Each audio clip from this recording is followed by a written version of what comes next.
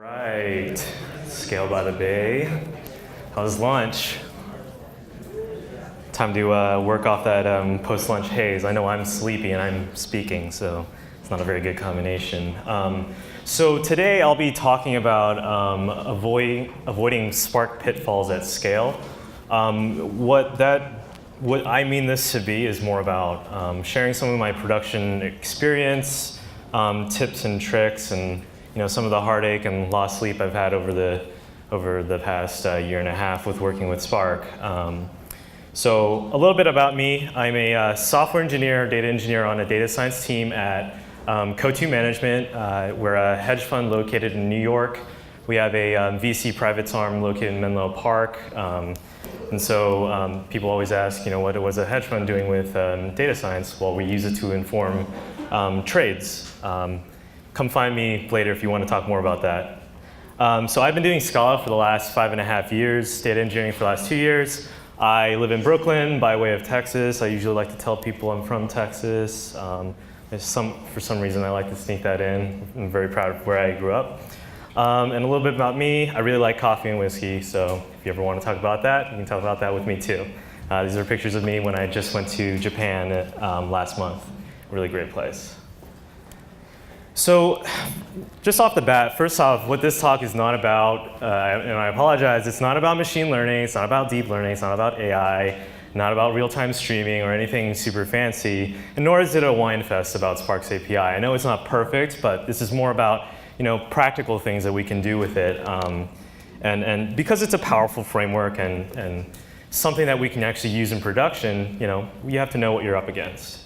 What this talk is about is what I just mentioned before, tips and tricks about Spark, production experience, and some dirty subversive tricks that I'm a little ashamed to share, but it works for us.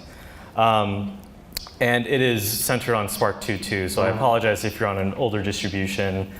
All I can say is it's a lot better when you upgrade.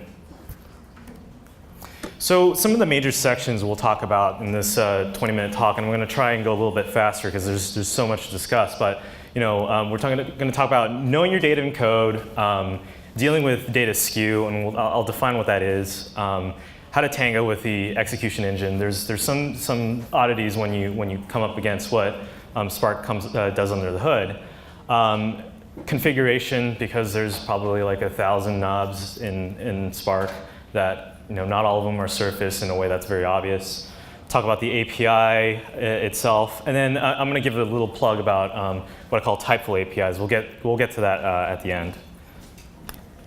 So most of these are probably truisms. If you're an experienced data engineer, you know these things to be true about working with large data sets. So knowing your cardinality and the distribution of your data is important, particularly because of anything that you're doing that involves shuffling data, involves any sort of massively parallel operations. So group bys, joins, windowing operations, partition keys. I'm going to talk a little bit more about what knowing your data means, especially when it comes to in terms of skew or data skew. But one practical tip I can give immediately, since we know like Spark, and I'm assuming that most people have at least a little bit of experience with what Spark is, but if you have a data set, you can apply a function from A to B across all the partitions. Well, it's something that's easily parallelizable. This can be a problem if you have a slow function. Let's say it's calculating a bunch of things, doing some heavy math or doing some heavy text extraction. If you're applying this across n number of partitions, you can run into what's called the straggler task problem. You can at the end of your stage of applying this function, because it's probably not true that every one of your partitions is completely homogeneous, and so some partitions will finish their mapping operation before others. And so if you look at a CPU graph, apologize I don't have a picture, but over time it's going to go down to 0 while that stage is finishing. Well, that's what we call a straggler task problem. You can get around this by repartitioning to finer grained partitions. You can kind of think of it like starting to chunk it in a way that's more stream-like. So I mentioned this before, but what is skew? Skew in the context of data engineering is when certain keys appear more often than others in an uneven fashion. I just threw up a graph that's like kind of what it illustrates. Imagine if this was a group by key and count. If you have like one key that happens to show up a lot, this can happen with, say, placeholder keys or null keys. In this case, generally speaking, it can adversely affect parallelization of tasks. Anything from group bys or joins, especially, we'll see an example in a bit. So I can tell you from personal experience, data skew is probably 90% of the hard problems we face. And this is because real world data, anything useful almost always has skew in it. Anything from like user level data, geo data, if it doesn't have skew in it, it's probably been cleaned up a lot, and someone has toiled and sweat to get it to that place. And so like when you're working on raw data sets, this happens a lot. And the other 10% is serializable, but that's a whole different story. So what can happen with data skews? Let's say you're trying to do a join across what's a skewed key. Well, on a high level, what Spark does is shuffles these your records across different executors using that key. And so if you have a very skewed key, what you can do is actually cause your executor to go out, to throw out of memory errors, and your join won't complete, or it will complete very, very slowly. You can use what's called spill thresholds, which is actually something I'm going to talk about in the configuration section. But for the most part, data skew can either cause a catastrophic failure or just really, really slow queries, which is annoying, right? Because big data has this promise of handling large data sets quickly in a way that should be elastic. So I mentioned that the joins can fail because of data skew. Well, you can do what's called a skew join, which it's not actually in the Spark API of any sort, so you can actually just implement this on top of already existing operators. But something you can do in Spark is what's called an isolated broadcast join, and this is enabled because Spark has the concept of a broadcast join where you have one side of the data set that's one side of the join that's very small. You can actually create copies of that exact same data set across the entire cluster and just do an in-memory join. So generally speaking, I won't prescriptively describe this, but generally speaking, what you're going to do is split the data set into two. Split it into two sides where you have your hotkeys. So if you remember that graph from back, your hot side might be like that one key with a very large skew, and you split both sides of your join. You join the hot side with broadcast joins, the cold side with just a regular whatever join you want, left join, inner join, and then you union the results. So this works around that whole problem of what happens if your sort merge join causes out of memory errors for the very, very skewed key. So I'm breezing through these things, but these are some of the biggest problems we've ran into with production data sets. So with Spark's execution engine, on a high level, what it does is it takes your dataset API calls, compiles them into a logical plan, then into a physical plan, and that actually gets handed over to Spark to execute. So this is a separate part of what a normal developer might work with, but the errors from Spark tend to bubble up from here. So one thing we ran into is broadcast timeouts. This is something that we thought was really odd because we noticed that our data set stages were way up in the call chain, but we were seeing that broadcasts were timing out even before it was getting to the point where it was broadcasting a data set and joining with it. So what we noticed is that as soon as if you have very slow stages upstream and you have a broadcast join and you materialize that action, the timer for that broadcast actually starts much earlier than you would think. I'm not entirely sure if this is a bug or if this is by design. I have to do a bit more research about that, but it's a little buried in the Spark documentation. But you should increase the broadcast timeout. I think it's either default 5 minutes or 20 minutes. I don't remember, but that's a tip that we took a half day to figure out. Another thing is because the Spark dataset API is lazy, meaning you can separate between transforms and actions. One is strict and one is lazy. Actions are strict. Transforms are usually lazy. You have to be aware of how partitioning is and how coalescing works. Coalescing is when you want to condense things down into your data set down into n number of partitions.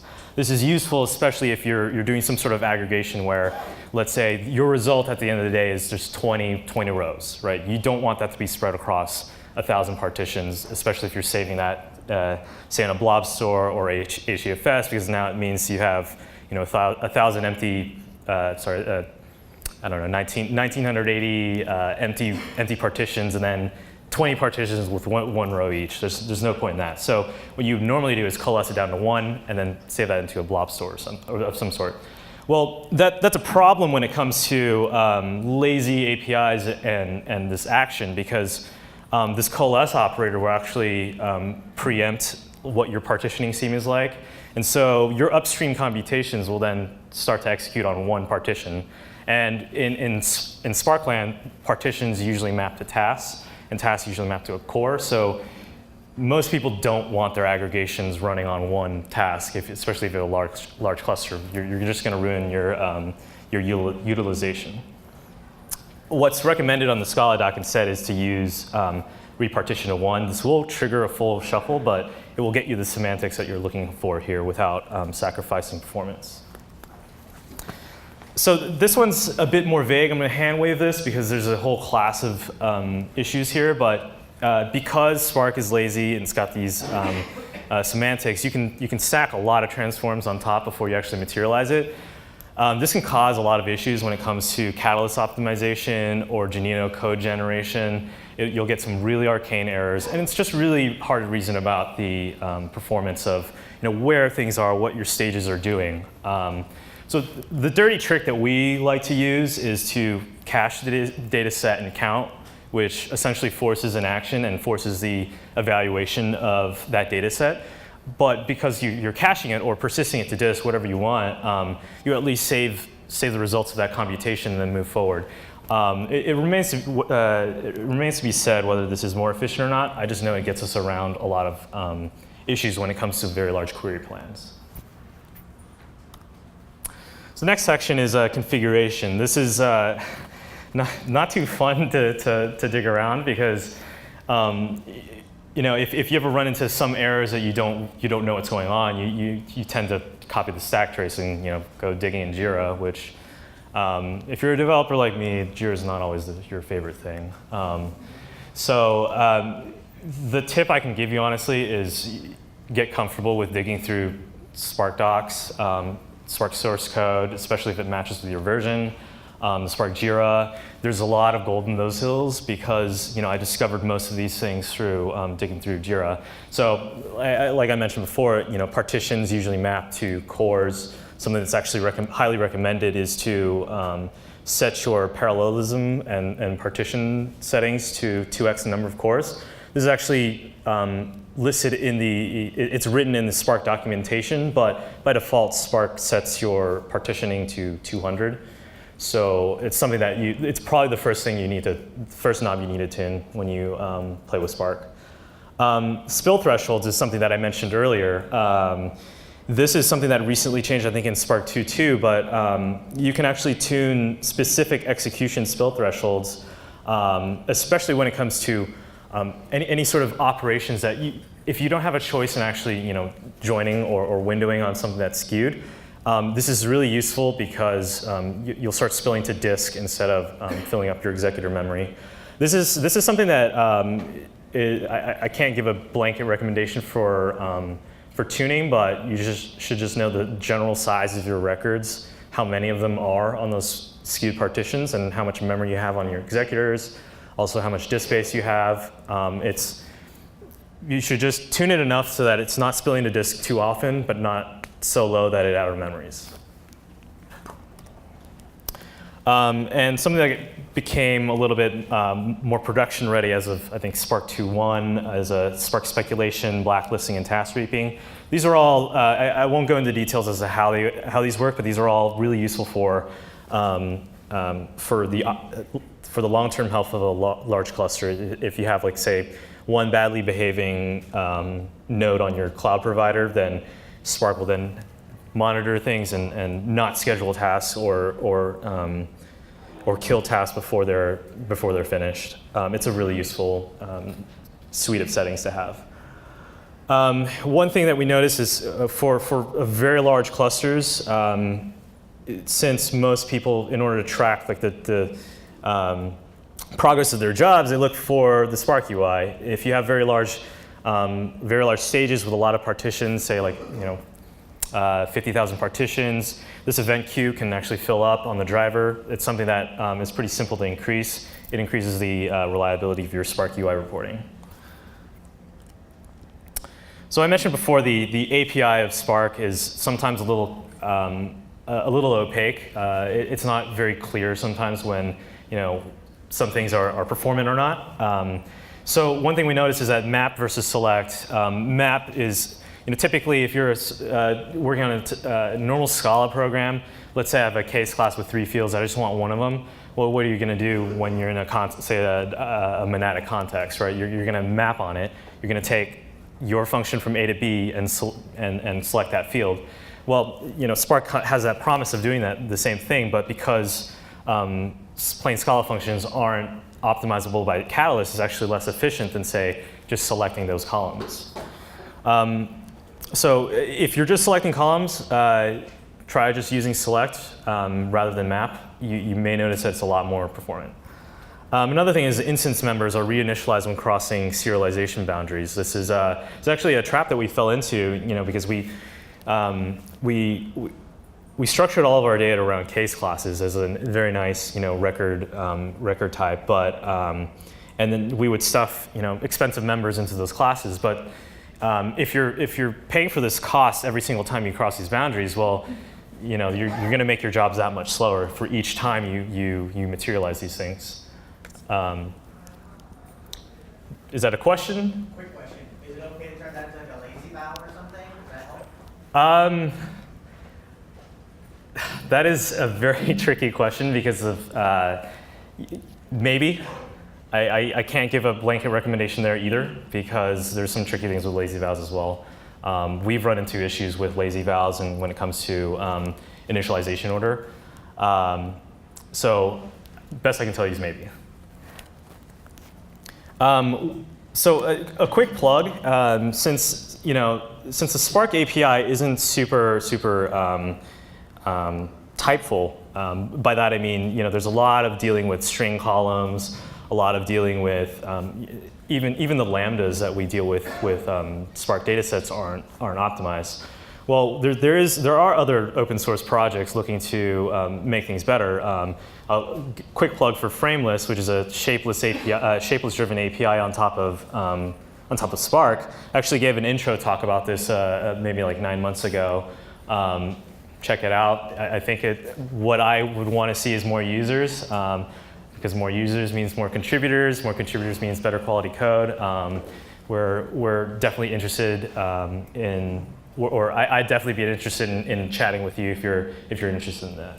And I don't know if probably a good chunk of you had attended Flavio's talk about Quill, but I just recently discovered this maybe 2 weeks ago. This is also a really interesting project that directly compiles your monadic code into Spark SQL. I think this is a really interesting concept because as I just mentioned before, Spark functions aren't introspected by Catalyst, but if you can use Spark SQL as a target language, you can allow Catalyst to do its optimizations a bit more. So all in all, that was just constant hits of tips and tricks. If you're at all interested in about the work we do, again, I work on a data engineering team of 3 at Coatue Management. Very small team, but what you get to do is tremendous, and the budget we get to do it is amazing. We work on alternative data sets to turn that into signal for to inform our trades. We are terabyte scale, billions of rows of data. We're implementing a Lambda architecture, heavy users of functional programming. We've got CATS, Shapeless, FS2, HV4S, Spark on the stack. We're on AWS. If you're interested, chat with me or tweet at me. I'm very active on Twitter, for better or worse. So with that, if you have any questions, I think, do we have time for one or two? One question?